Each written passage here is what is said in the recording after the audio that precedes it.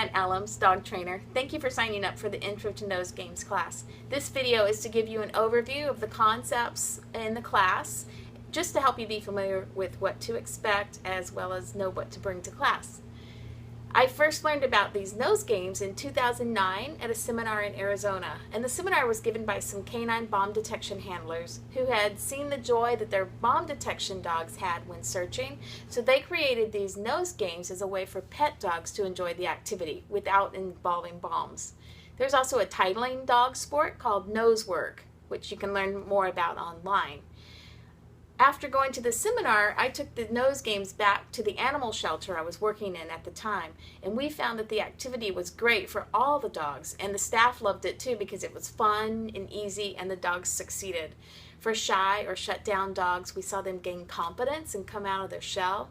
High energy dogs slowed down to focus, barky dogs got quiet during the search, and senior dogs had something to get excited about that they could physically do. I also played it with my own dogs, Sarge and Sylvie, who still enjoy the game in their old age. It's fun to play anytime and anywhere, on a rainy day, when we're away from home on vacation, when it's too hot to go for a walk, when they need some mental stimulation before staying home for a few hours alone. So it's really a fun, versatile activity that you can learn. Here's a few things to know before you come to class. First, keep in mind dogs are going to just go one at a time, so the dogs aren't going to be interacting with each other or even really seeing much of each other. So they're going to be either crated in between their runs or somewhere on just separate from the search area. And at each class, we're going to make a running order of dogs so you'll know which order your dog will be for his time in the search room.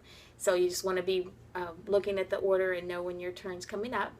And during class, you want to make sure you potty your dog before and after the search, and I'll remind you about that. This is not an obedience class, so we don't use clickers. We're not teaching loose leash walking, come, or sit. Those skills are useful, but in this activity, we don't tell the dog what to do. We're letting the dog tell us what he finds. We aren't even teaching them to search on cue. This is a class where we're building on your dog's natural ability to search. We're following your dog's lead. So we have a saying, leave obedience at the door for this class.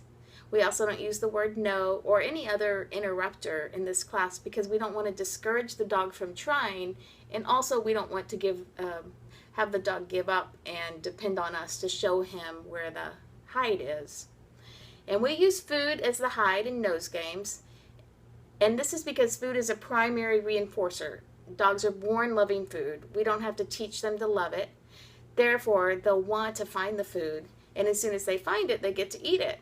So this teaches the dog to track to the source and not just fringe. Fringe is where your dog smells something but doesn't go all the way to the highest concentration of the scent.